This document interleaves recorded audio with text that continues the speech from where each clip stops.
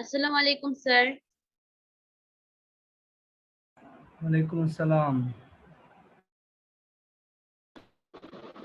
আসসালামু আলাইকুম sir.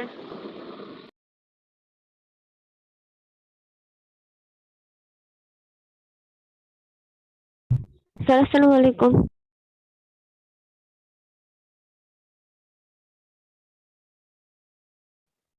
Sir আসসালামু আলাইকুম।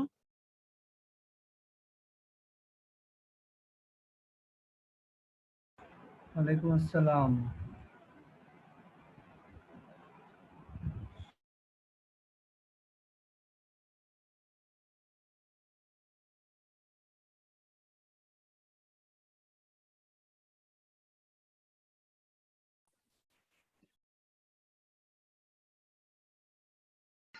স্যার আসসালামু আলাইকুম। স্যার আসসালামু আলাইকুম। স্যার আসসালামু আলাইকুম। ওয়ালাইকুম আসসালাম।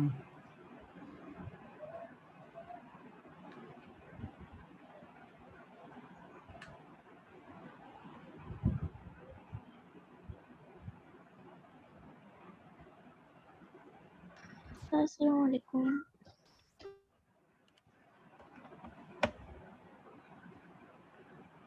আমরা একটু ওয়েট করি সবার আসার জন্য, একটা মিনিট।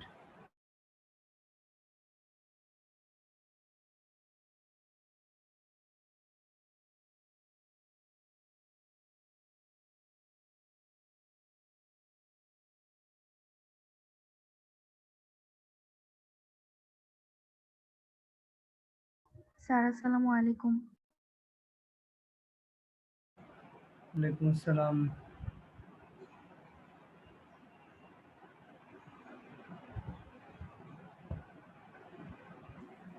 স্যার আসসালামু আলাইকুম।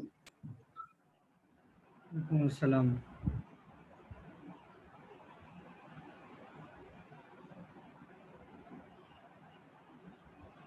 আমরা লাস্ট ক্লাসে ন্যারেশন করেছিলাম, তাই না? মনে আছে?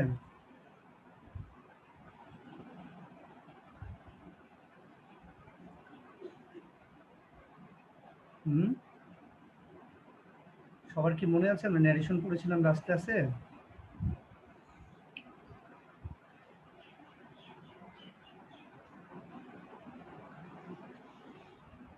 মনে আছে না নেই?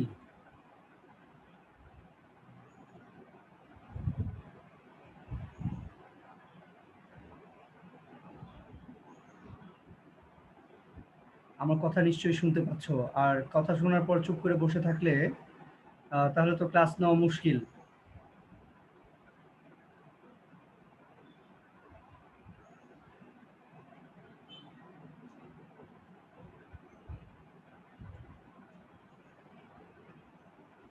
তোমরা কি আমার কথা শুনতে পাচ্ছ না নাকি? জি স্যার, পাচ্ছি।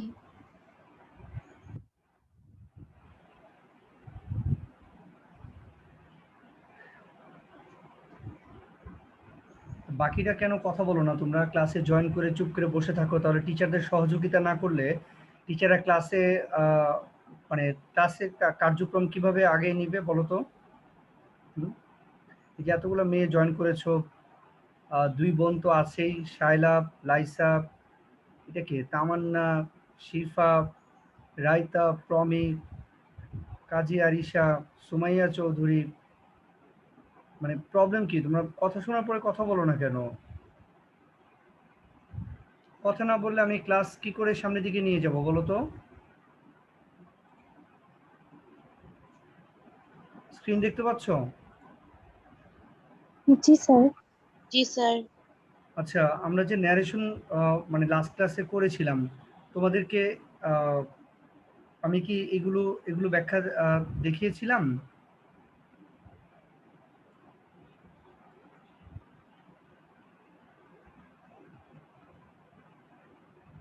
নিয়মগুলো কি তোমাদের শিখিয়েছিলাম কিনা, নাকি শুধু প্র্যাকটিস করতে দিয়েছিলাম, কি সেটা বলো?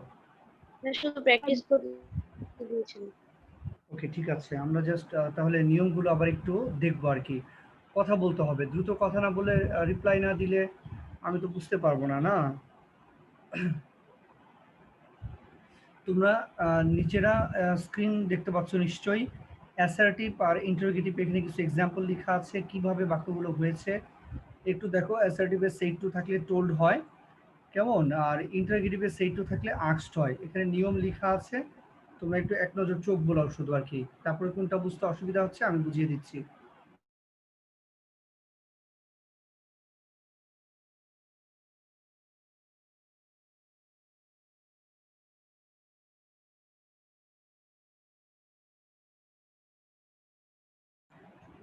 ভালো করে এই এক্সাম্পলগুলো দেখো এখানে, যেমন হি said to me I wanted to obtain GPA 5। এটা কোন টেন্সে আছে বলো তো? কাজী আরিশা, প্রথম বাক্যটা কোন টেন্সে আছে? Sir past indefinite. তো পাস্ট ইনডিফিনিট থাকলে ন্যারেশনে চেঞ্জ হয়ে কোন টেন্স হয়? Sir past participle. Past participle কোন টেন্স আছে? ওটা পাস্ট পারফেক্ট আর কি। ভালো করে দেখো। স্যার স্যার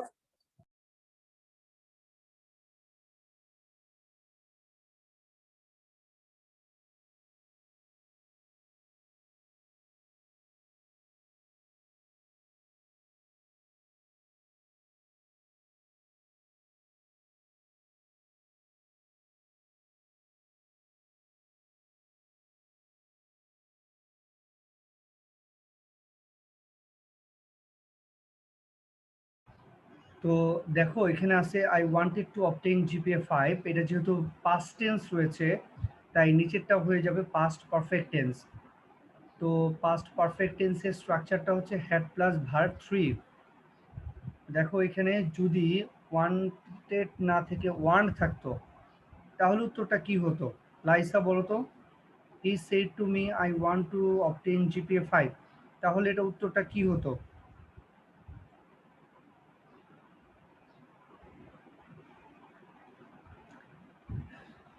স্যার বলবো? বলো।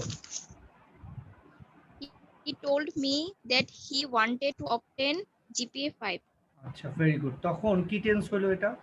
উপরেরটা কোন টেন্স আর তুমি নিচেরটা কোন টেন্স বানালা? উপরেরটা প্রেজেন্ট ইনডিফিনিট, নিচেরটা পাস্ট ইনডিফিনিট হয়েছে।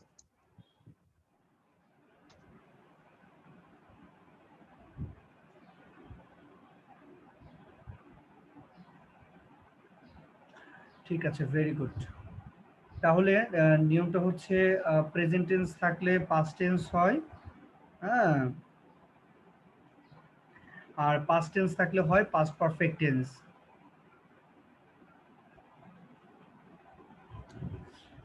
তো নিচেরটা দেখো যে আমরা একটা কিছু জিনিস আগে একটু জেনে নেই যে টেন্সের যে পরিবর্তনগুলো, প্রেজেন্ট টেন্স থাকলে পাস্ট টেন্স হয় আর পাস্ট টেন্স থাকলে পাস্ট পারফেক্ট হয়।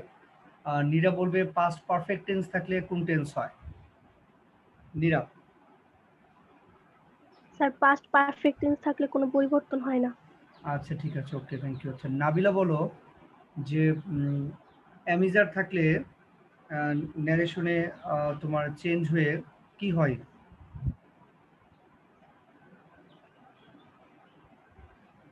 স্যার ওয়াজ ওয়্যার। ওয়াজ ওয়্যার হয়। আচ্ছা থ্যাংক ইউ। প্রমি বলো তো ওয়াজ ওয়্যার থাকলে চেঞ্জ হয়ে কি হয়? ওয়াজ ওয়্যার থাকলে কি হয় চেঞ্জ হয়ে?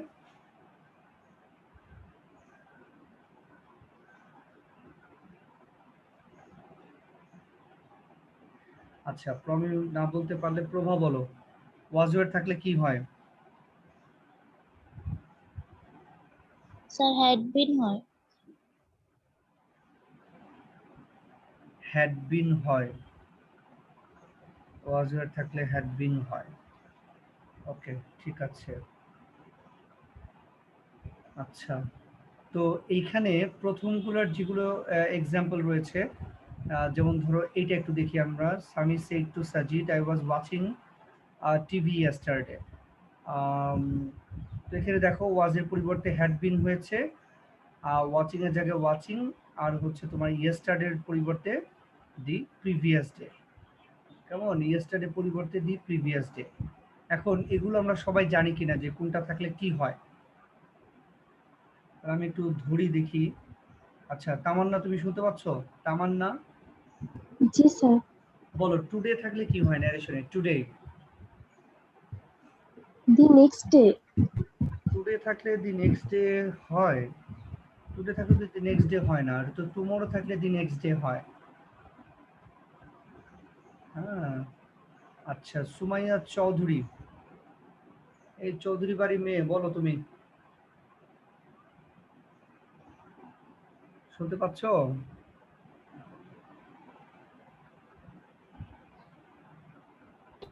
জি স্যার। তুমি বলো টুডে থাকলে কি হয় ন্যারেশনে? টুডে থাকলে কি হয়?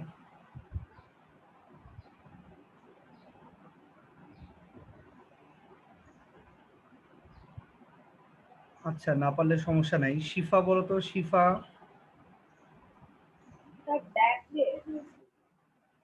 হ্যাঁ, টুডে থাকলে দ্যাট ডে হয়।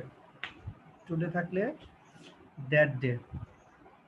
আচ্ছা, ইয়ে শায়লা বলবে। শায়লা বলো ইয়েস্টারডে থাকলে কি হয় Shaila? The previous day. The previous day. Pragya বলো দেখি, প্রজ্ঞা। জি স্যার। প্রজ্ঞা বলো লাস্ট থাকলে কি হয়? লাস্ট।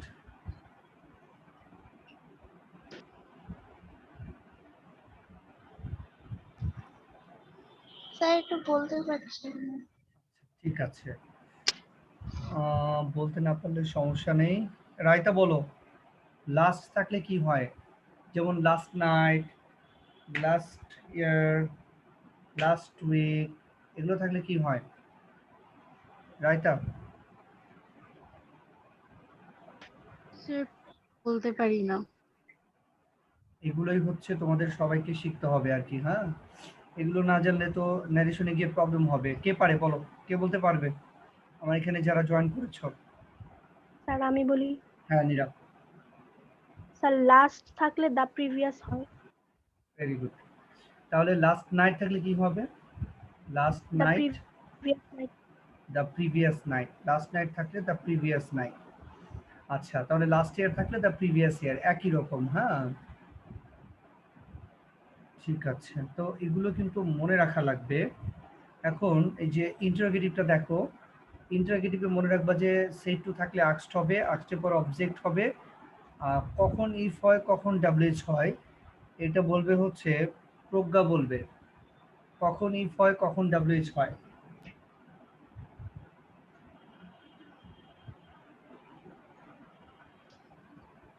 স্যার হাউ এর মতো কোয়েশ্চেন করলে তখন ইফ হয়, আর ডাব্লিউএইচ এর কোয়েশ্চেন থাকলে ডাব্লিউএইচ। কার মতো কোয়েশ্চেন করলে ইফ হয়? কার মতো বললা?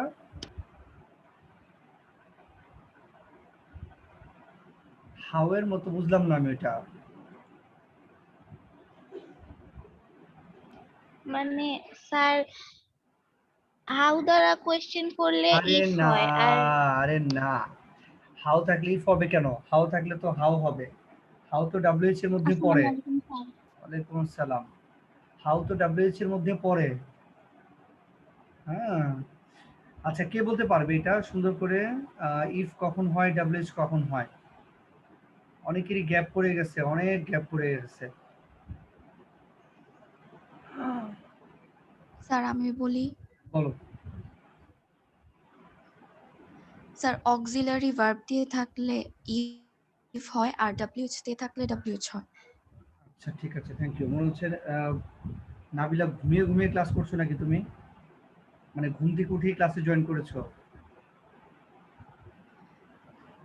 জি স্যার। হ্যাঁ, মনে হচ্ছে ঘুম এখনো কাটেনি। সেই রেখে এই যে আমার 15টা মেয়ে ঘুম থেকে মানে উঠতে পেরেছো ক্লাসে জয়েন করার জন্য। মনে রাখবা তোমরা এই 15 জনই হচ্ছে দেশের ভবিষ্যৎ। আর যারা ঘুমাচ্ছে তারাও দেশের ভবিষ্যৎ। কিন্তু তোমরা হলো মানে মানে কি বলবো যে রাজরানী হবা। আর যারা ঘুমাচ্ছে তারা হয়তো মানে নকরানি হতে পারে আর কি। মানে সবাই কিন্তু দেশের ভবিষ্যৎ, বুয়াও কিন্তু দেশের ভবিষ্যৎ, এটা তোমাকে মনে রাখতে হবে। তো কেউ হচ্ছে ব্যাংকের অফিসার হয়, কেউ আবার ব্যাংকের দারোয়ান হয়, কেউ আবার পিয়ন হয়, কেউ আবার ঝাড়ুদার হয়, মালি হয়। হ্যাঁ, মানে সব পোস্টেই তো লোক আছে চাকরি করে। সো তোমরা অবশ্যই দেশের ভবিষ্যৎ, যারা ঘুমাচ্ছে তারাও দেশের ভবিষ্যৎ। তোমরা হয়তো অফিসার র্যাঙ্কের ভবিষ্যৎ, আর ওরা হলো নিচের পদে চাকরি করার জন্য ভবিষ্যৎ। তো যে যত বেশি ডেডিকেশন স্যাক্রিফাইস করতে পারবা তার সফলতা কিন্তু তত বেশি।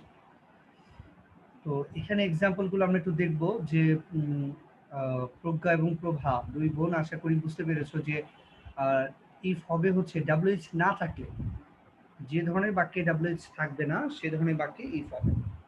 যেমন father said to the boy, why are you wasting your time now, ওই যে ন্যারেশনে নাও থাকলে দেন হয়, এগুলো আমরা সবাই ভালো করে জেনে রাখবো আর কি। হ্যাঁ, তো এখানে হোয়াই আছে, ডাব্লিউএইচ আছে, তাই এটা কিন্তু হোয়াই হয়েছে। কিন্তু নিচেটা দেখো, he said to the girl, do you know how to make a cup of tea, এখানে ডু দিয়ে প্রশ্ন করেছে, এখানে কিন্তু ডাব্লিউএইচ নেই, তাই এটা ইফ হলো, ইফ শি নিউ। বুঝতে পেরেছো প্রজ্ঞা এবং প্রভা? জি স্যার। জি স্যার। ওকে, ঠিক আছে। তো এবার এখানে আসো হচ্ছে ইন্টারোগেটিভ সেন্টেন্সের থেকে ইম্পারেটিভটা দেখো। ইম্পারেটিভে কি হয়? ইম্পারেটিভে হচ্ছে আমাদের সেড টু থাকলে তোমরা সবাই জানো যে কখন অর্ডার হয়, রিকোয়েস্টেড, প্রপোজড, অ্যাডভাইসড।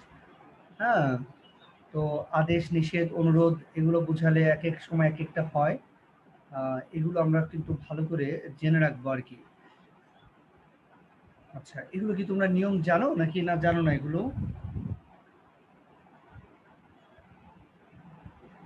মানে ইম্পারেটিভে কখন কি হয়, নিয়মগুলো কি তোমরা জানো এগুলো? মানে যে জানে না সে একটু বলো, মানে এটা আলোচনা করার দরকার আছে কিনা, না তোমাদের আমি এক্সারসাইজ একটা করতে দিব?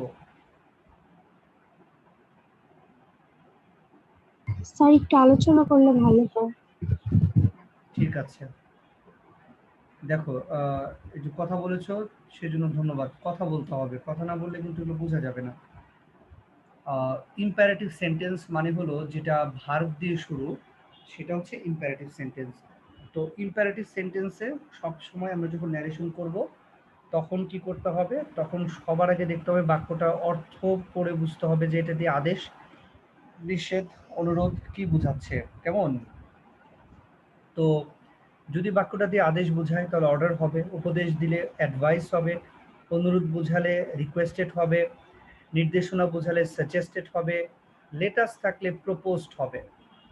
লেটাস থাকলে প্রপোজড হবে। আমি প্রত্যেকটা সূত্র লিখে দিয়েছি, এগুলো একটু তোমরা সবাই খাতায় লিখে রাখবে, কেমন? যেমন এখানে একটা স্ট্রাকচার দিয়েছি যে সাবজেক্টের পর আমরা অর্থ বুঝে order, requested, suggested, proposed, advice যেটাই দিয়ে দিব, তারপর অবজেক্ট দিব, তারপর টু দিব। ইম্পারেটিভ মানে হচ্ছে দ্যাট দিতে পারবো না, টু দিব। তবে দ্যাট দিয়েও করা যাবে, সেটা হচ্ছে লেট আর লেটাস যুক্ত বাক্যকে দ্যাট দিয়ে করা যায়। টুর পরে ভার্ব ওয়ান দিতে হয় আর কি। হ্যাঁ, আচ্ছা, এবারে আমি লিখে দিয়েছি লেট যুক্ত বাক্য থাকলে, আমি বাংলা, আমার কিবোর্ড নেই দেখে আমি বাংলা লিখতে পারি নাই, তোমরা একটু বাংলা লিখে রাখবা যে লেট যুক্ত বাক্য থাকলে, যখন লেট থাকবে তখন কিভাবে করতে হবে। প্রথমে দিতে হবে সাবজেক্ট, তারপরে দিতে হবে তোমার এই যে অর্ডার, রিকোয়েস্টেড, সাজেস্টেড, টোল্ড, মানে যেটা আমরা দিই এগুলো দিব, মানে অর্থ বুঝিয়ে, তারপরে টু, তারপর লেট। দেখো লেটের আগে টু দিতে হবে, তারপর অবজেক্ট দিতে হবে, তারপরে ভার্ব ওয়ান দিতে হবে। তো লেট যুক্ত বাক্যকে আরেকভাবে করা যায় অর দিয়ে। যেমন অর দিলে মানে আরেকটা বিকল্প উত্তর হচ্ছে সাবজেক্টের পরে টোল্ড, তারপরে অবজেক্ট, তারপর দ্যাট। এই দেখো দ্যাট দিয়েছি। আর দ্যাট দিলে পরে সাবজেক্ট, তারপরে মাইট বসে অথবা মাইট বি অ্যালাউড টু বসে, তারপর ভার্ব ওয়ান। এটা কিভাবে আমি এক্সাম্পল দিয়ে বুঝিয়ে দিচ্ছি, দেখো। He said to me let me go there, তিনি আমাকে বলেছেন আমাকে সেখানে যেতে দাও। তো তিনি আমাকে বলেছেন আমাকে যেতে দাও, যেহেতু লেট আছে, তো এটা দিয়ে আদেশ, নিষেধ, অনুরোধ কি বুঝাচ্ছে। যদি কিছুই না বুঝায় তখন নর্মালি টোল্ড বসাতে হয়। দেখো তো এখানে দিয়ে কোনো আদেশ, নিষেধ, অনুরোধ কিছু বোঝাচ্ছে কিনা, কিছু মনে হচ্ছে? He said to me let me go there, এটা দিয়ে কি কিছু মনে হচ্ছে, কিছু বোঝাচ্ছে এরকম কিছু? মানে খেয়াল করো, কোনো আদেশ, নিষেধ, অনুরোধ তোমরা পাচ্ছ কিনা এখানে? স্যার অনুরোধ বুঝাইছে? না, অনুরোধ বুঝালে তো প্লিজ থাকবে, অনুরোধ বুঝালে প্লিজ থাকবে। হ্যাঁ, যেহেতু নেই, কিছুই নেই, তাই নর্মালি আমরা তাহলে এখানে আদেশ বুঝাবো? না না, আদেশও বুঝাই নেই, এটা জাস্ট নর্মালি বসে যে আমাকে যেতে দাও, তাই এটা আমরা টোল্ড বসিয়েছি। হ্যাঁ, টোল বসিয়েছি। তো টোল্ডের পর অবজেক্ট দিয়েছি মি। তো আমরা সূত্র শিখেছি যে অবজেক্টের পরে টু দিতে হয়, যে দেখো সূত্রটা। তো টু দিয়েছি, টুর পরে কি দিতে হয়, ভার্ব ওয়ান। তো ভার্ব ওয়ানটা হচ্ছে তোমার এই যে লেট যুক্ত বাক্য। হ্যাঁ, টুর পরে লেট, তাহলে যে টু লেট। হ্যাঁ, টু লেট দিয়ে কি দিলাম আমরা তারপরে, টু লেট। তারপর হচ্ছে অবজেক্ট, অবজেক্ট হচ্ছে হিম। হিম কেন হলো দেখো তো, হি said to me let me গো, তিনি আমাকে বলেন আমাকে যেতে দাও। এই মিটা কি আমি নাকি তিনি? তিনি। সেজন্য এটা হিম হয়েছে আর কি। হ্যাঁ, তারপর হচ্ছে ভার্ব ওয়ান গো, এরপরে বাকি যা আছে তাই। তো এই বাক্যের আরেকটা বিকল্প নিয়ম হচ্ছে he told me that. He told me that, that দিয়ে করেছি আর কি। হ্যাঁ, তো দ্যাট দিয়ে করলে কি করতে হবে, তখন আবার সাবজেক্ট দিতে হবে, অথবা মাইট বি অ্যালাউড টু দিতে হবে। তো সেজন্যই কিন্তু আমরা দিতে পেরেছি যে মাইট দিয়েছি, মাইট অথবা মাইট বি অ্যালাউড টু। মাইট দিলে আর টু দিব না। হ্যাঁ, মাইট গো দেয়ার অথবা মাইট বি অ্যালাউড টু গো। বুঝো তোমরা ভালো করে, দুটা জিনিস দিতে হবে। একটা হচ্ছে মাইট অথবা মাইট বি অ্যালাউড টু। অ্যান্সারটা হতে পারে এরকম যে হি মাইট গো দেয়ার অথবা he might be allowed to go there. তোমাদের যেটা ইচ্ছা তোমরা সেটা দিতে পারো আর কি। কখন লেট যুক্ত বাক্য, খেয়াল করো, লেট যুক্ত বাক্যকে তোমরা দুটো ভাবে করতে পারবা, টু লেট দিয়ে করতে পারবা, আবার দ্যাট দিলে মাইট দিয়েও করতে পারবা। তোমরা কি এই তিনটা বাক্য বুঝতে পেরেছো কিনা, মানে একটার বিকল্প? জি স্যার। জি স্যার। আচ্ছা, এবার দেখো যে নিচেটা দেখো, I said to him please help me do the work. এখানে প্লিজ আছে, এবার আমি রিকোয়েস্টেড দিব। তাহলে I requested him to help me do the work. এই মিটা হলো আমি নিজে, কেননা আমি বলেছি তাকে সাহায্য করতে। আচ্ছা, এবার নিচেটা দেখো, the chairman said to the villagers let us solve the problem. Chairman ভিলেজারদেরকে বলেছেন চলো আমরা সমস্যার সমাধান করি। তো এখানে লেটাস আছে। এবার লেটাসের সূত্রটা দেখো, এই যে আমি লিখে দিয়েছি।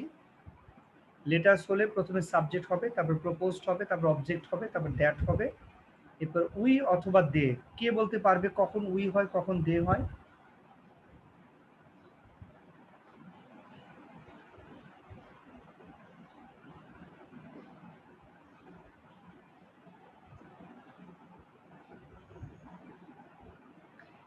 কে বলতে পারে উই কখন হয় দে কখন হয়? আমি এখানে লিখেছি উই অথবা দে, তারপর শুড, তারপরে ভার্ব ওয়ান।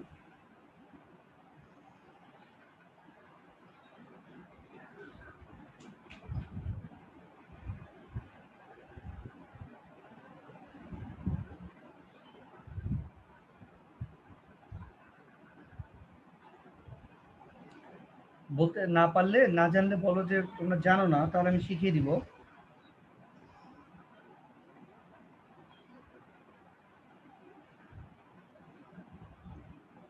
বলতে পারছো না? স্যার সাবজেক্টের মধ্যে যদি আমি থাকি তাহলে উই হবে, আর সাবজেক্টের মধ্যে যদি আমি না থাকি, মানে এখানে যেরকম দা চেয়ারম্যান আর ভিলেজার্স আছে, তো ওইখানে দে হবে। আচ্ছা, ভেরি গুড, এটা উত্তর সুন্দর। তো এখানে চেয়ারম্যান আর ভিলেজার্স আছে, থ্যাংক ইউ তোমাকে। সেজন্য এখানে আমি নেই, তাই এটা দে হয়েছে। তো নিচে আরেকটা এক্সাম্পল দেখাচ্ছি, the teacher said to us, teacher আমাদেরকে বলেছেন। তাহলে এখানে কি আমি কি আছি, আমরা কি আছি কিনা? জি স্যার আছে। তখন যখন আমি থাকবো বা আমরা থাকবো তখন আমাদের দিতে হবে হচ্ছে উই দিতে হবে তখন। হ্যাঁ, উই এর পরে শুড দিব, তারপরে ভার্বের প্রেজেন্ট ফর্ম দিয়ে অ্যান্সার করব। হ্যাঁ, তো দেখো এই লেটাসের ব্যাখ্যাটা সবাই কি ক্লিয়ার কিনা, লেটাস কখন হবে এবং লেটাসের নিয়মটা কি, সবাই কি ক্লিয়ার এ ব্যাপারে?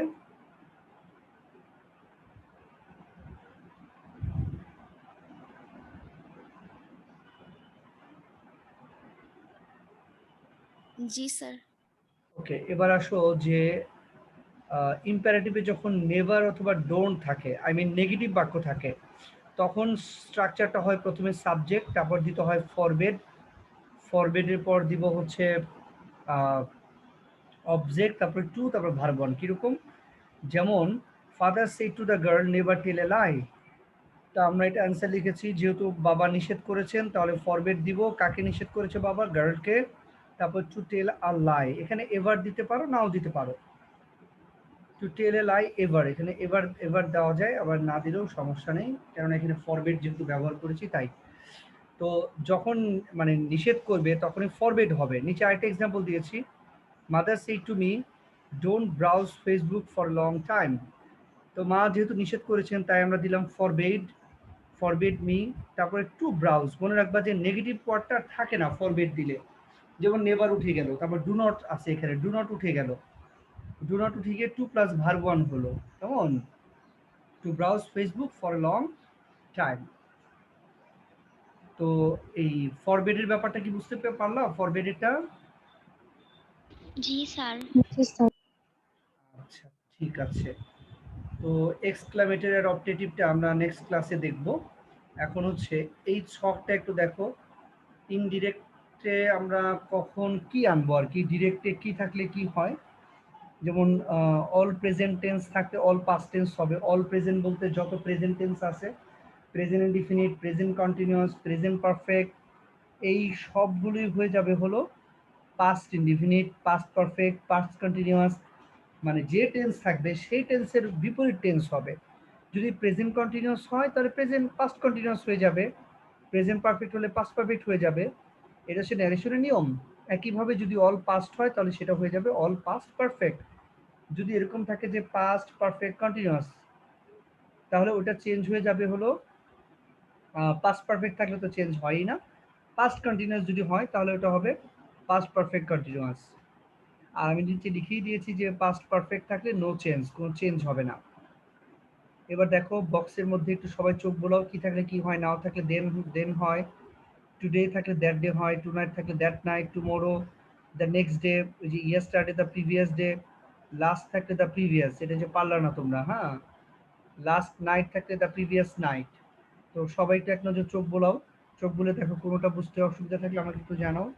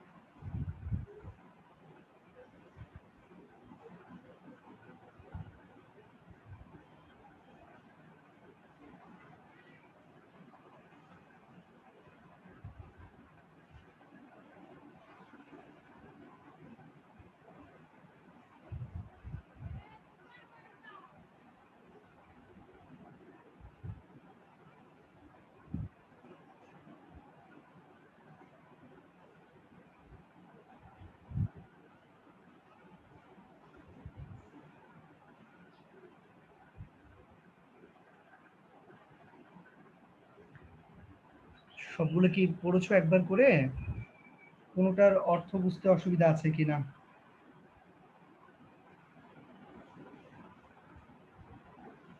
না না বুঝে বা না পড়ে কথা বলো না। যেমন লাস্টেরটা দেখো, হিয়ার থাকলে দেয়ার হয়, হিয়ারের নিচে কি লিখেছি এটা বলো তো?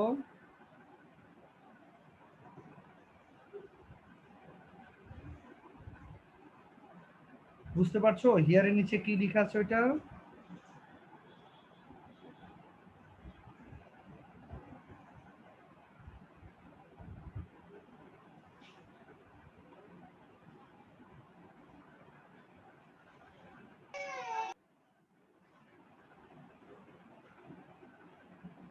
তোমরা কি দেখতে পাচ্ছ না হিয়ারের নিচে কি আছে এটা দেখতে পাচ্ছ?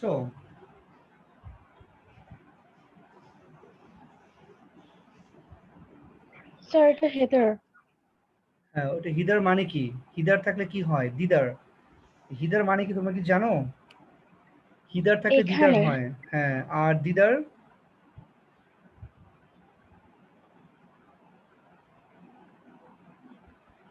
হিদার মানে এখানে, আর দিদার মানে হচ্ছে ওখানে। মানে হিয়ার থাকলে দেয়ার হয়, ওই আধুনিক ইংলিশে হিয়ার থাকলে দেয়ার হয়েছে, আগে হিদার এবং দিদার এগুলো ব্যবহার হতো।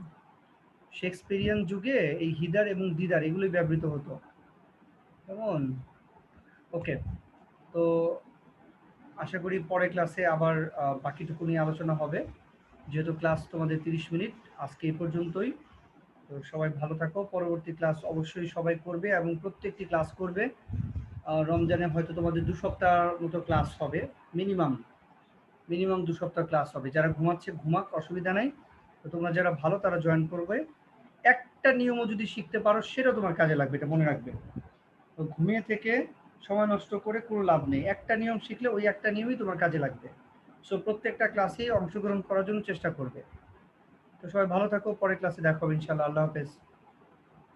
আসসালামু আলাইকুম। স্যার আসসালামু আলাইকুম।